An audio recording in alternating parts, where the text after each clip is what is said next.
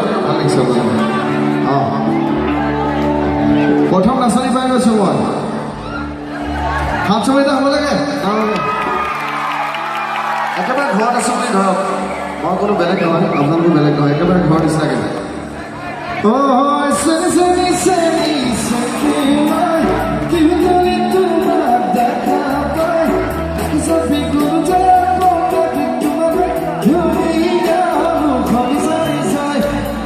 পিছফালে নাচিম বুলি কৈছিলে নাই নচা